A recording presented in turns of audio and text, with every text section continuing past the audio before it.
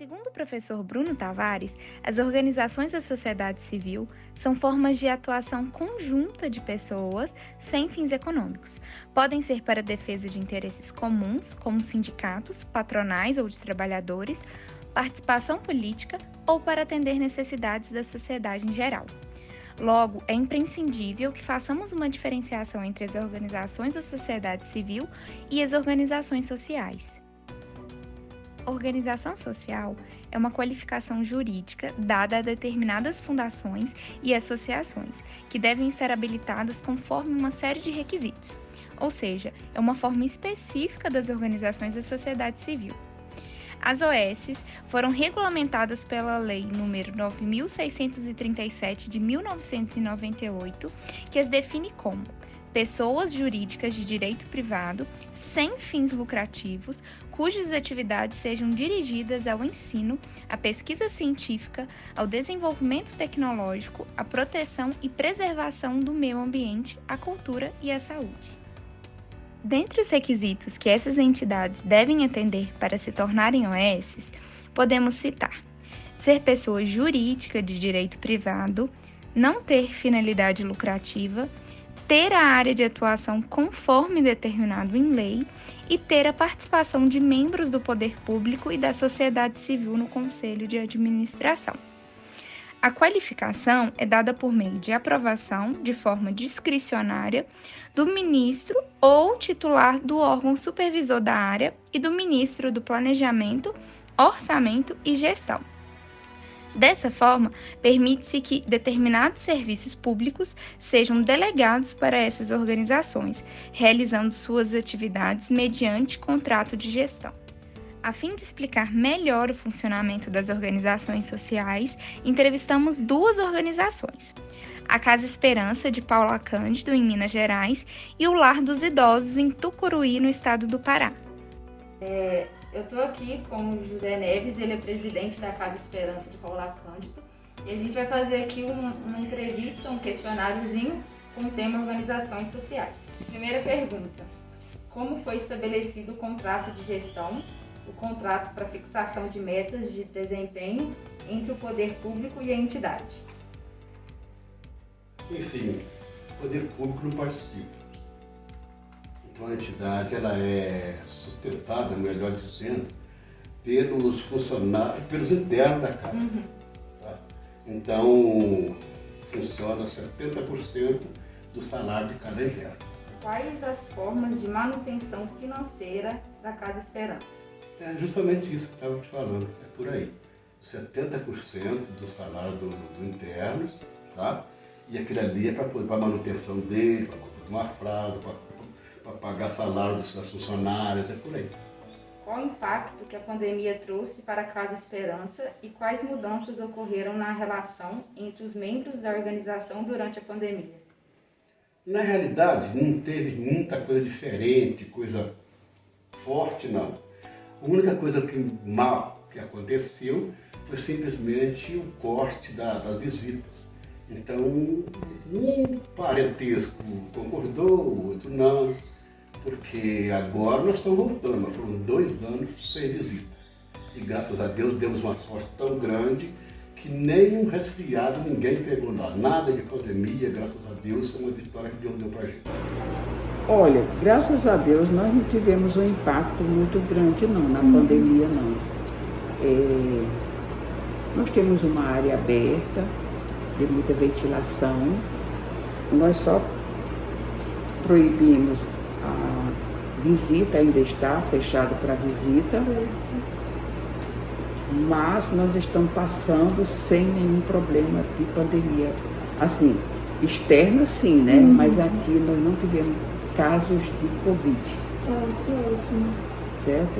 Com funcionários tivemos, com os idosos não. Qual o principal objetivo da organização Casa Esperança e a sua importância? Aquilo ali, para mim, é um prêmio que Deus me deu. Então eu acho que a pessoa, depois que a gente chega a uma certa idade, a gente volta lá embaixo, volta a ser criança de novo. E não tem coisa melhor do que você trabalhar com olhar, cuidar de criança, entendeu? Então você cuidando de criança, você está cuidando do idoso, está cuidando de criança. Então esse carinho, esse dom que Deus deu para nós é um presente de Deus. O objetivo é a manutenção dos idosos que estão em situação de vulnerabilidade, aqueles que estão em estado de abandono e não tem nenhum vínculo familiar. E a importância é proporcionar uma melhor qualidade de vida para eles. É a nossa função aqui, é proporcionar essa melhor qualidade de vida para eles enquanto estiverem com vida. De que forma a Casa Esperança contribui para a sociedade? Vamos supor assim, os familiares não têm condições de olhar. Claro que os familiares é em primeira mão, entendeu? Então, primeira preferência, familiares. Por quê? Um aperto de mão dos familiares serve até de estímulo, de remédio para eles. E em segundo lugar, nós estamos de braços abertos para cuidar desse idoso. Justamente recolhendo os idosos que estão em estado de abandono, quem faz essa buscativa é o CREAS, que é o Centro Especializado de Assistência Social. Ele tem uma equipe também, ele recebe denúncia e também o Ministério Público. E aí eles mandam um relatório para a gente e a gente recolhe esses idosos e para que facilite, né? Porque tem pessoas que ficam cuidando, aí não dão conta mais, porque é bem difícil. Como funciona o processo de socialização dos moradores? Não, funciona mais ou menos assim. Chegou o interno novo, a gente, antes de pandemia agora é uma coisa diferenciada. Antes de pandemia, chegou um interno, a gente exigia que ficasse de 30 a 60 dias sem visita, para esse interno familiarizar com os outros internos, entendeu? Então, para ele poder se misturar, acostumar com os outros internos. Aí, depois de 1 mês ou 2 meses, desse período, aí normalizava a visita. Por quê? Para ele poder, senão ele não descola da família, sabe? Toda semana está vendo, então ele fica esse tempo, que aí ele se mistura com os outros que estão, para fazer uma nova família. E então, aí, não esquecer, agora a gente pulou a pandemia. Na pandemia ficou 2 anos sem visita, está voltando agora, graças a Deus. Mas o normal é esse, de 30 a 60 dias sem visita. Funciona o processo de socialização dos moradores? Olha, nós temos um plano de ação, né, que a gente desenvolve ele, a gente faz um plano de ação anual. E nesse plano de ação nós colocamos ações que tenham essa socialização. Certo? A gente busca justamente fazer essa socialização. Para isso nós temos uma terapeuta, uma psicóloga e uma assistente social que eles ficam aqui no pátio, é uma área aberta, e que elas fazem essa roda de conversa, né, dança, eles proporcionam ações para essa socialização. A gente tem atividade, né? Nós temos um planejamento, fazemos um planejamento anual daquilo que a gente acha necessário para eles interagirem, né? Para eles estarem ali junto, conversando, cantando, contando a história um do outro, para o outro conhecer, né? E falando de si, ouvindo também. E nas brincadeiras, contando piada, brincando com... Veio até fazendo tabuada, somando, fazendo som para puxar pela memória, raciocínio lógico, né? E daquela questão da interação. Colocar músicas do tempo deles, que eles dançavam, namoravam, e né, da fase da juventude deles. E isso a gente faz aquela roda e coloca música e bota rádio também, porque eles gostam muito de rádio. Né? E aí a gente coloca, tem a parte da rádio, tem a parte também da questão do... Não é um culto, né? Devido à pandemia deu uma maneirada e a gente ainda não retornou nessa questão Mas a gente coloca um salmo, uma palavra para eles ouvirem, uns hinos, e aí a gente vai interagindo, e o outro conta uma piada, ou sorri, e aí vai levando dia a dia.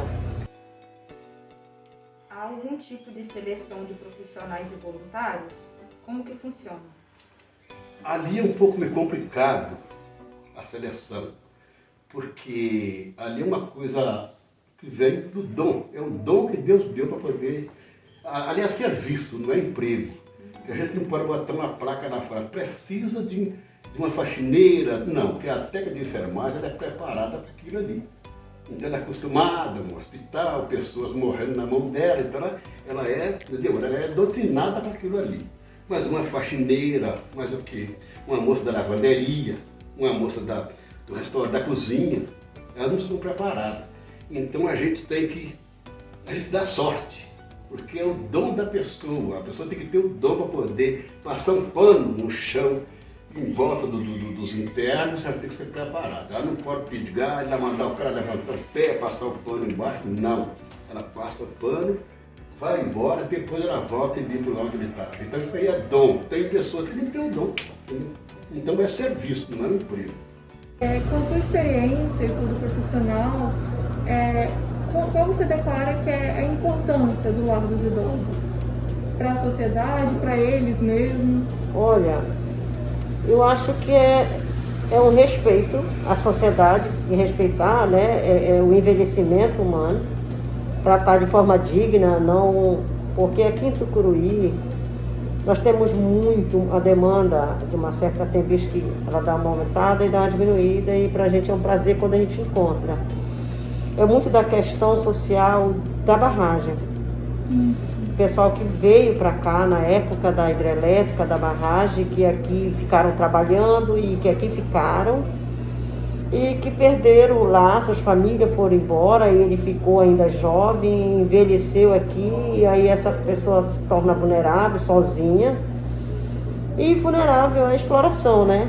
De uma certa forma, de outras pessoas, porque como eles não têm condições, nem lucidez para gerir a vida civil dele, aí fica à mercê de outras pessoas.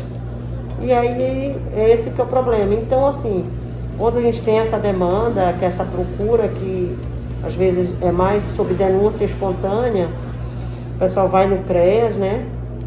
E aí vai em CREAS, faz as visitas todas, verifica, encaminha para nós o relatório sobre a condição do idoso, e nós vamos lá, verificamos, fazemos mais uma busca, ver se a gente encontra o familiar. Mas de antemão a gente já acolhe o idoso, porque a gente tem que logo salvaguardar a vida, a integridade dele. Traz, né, para cá, acolhe, recebe o idoso, apresenta para os outros, acolhe aqui. E aí a gente vai fazer as buscas da gente. É um processo de investigação. O assistente social também é um investigador. Aonde ele morava, a vizinhança, quem conhecia, se alguém visitava lá na época, quem que cuidava dele, para ver se a gente vai chegando, entendeu? E assim a gente vai.